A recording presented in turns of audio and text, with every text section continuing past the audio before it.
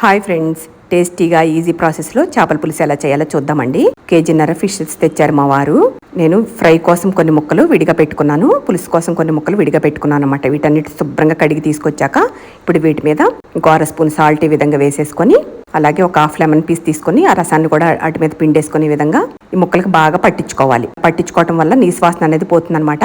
ఇప్పుడు వీటిని శుభ్రంగా పంపు కింద పెట్టేసుకొని బాగా 2-3 సార్లు కడిగేసుకున్నాక వాటర్ అంతా ఉంచేసుకొని రుచికి సరిపడా సాల్ట్, 2.5 స్పూన్ల కారం, పావు స్పూన్ పసుపు, అలాగే ఒక పెద్ద స్పూన్తో అల్లం వెల్లుల్లి పేస్ట్ వేసేసుకొని ఇది బాగా ఈ ముక్కలకు పట్టించేసుకోవాలి. వీటన్నిటిని పట్టించేసుకుని ఇది పక్కన పెట్టేసుకొని ఒక చిన్న నిమ్మకాయ సైజ్ అంత చింతపండుని శుభ్రంగా కడిగి తీసుకొచ్చి దాంట్లో వేడి నీళ్ళు పోసుకొని నానబెట్టేసుకోవాలి. ఇప్పుడు స్టవ్ మీద ఒక పెద్ద వెడల్పాటి గిన్నె మందపాటిది పెట్టేసుకొని దాంట్లో 2.5 స్పూన్ల ఆయిల్ వేసేసుకొని ఒక మీడియం సైజ్ ఆనియన్ ని పేస్ట్ చేసుకొని వేసుకోవాలి. అలాగే 2 పచ్చిమిర్చిని కూడా ఈ విధంగా కట్ చేసుకొని వేసుకోవాలి.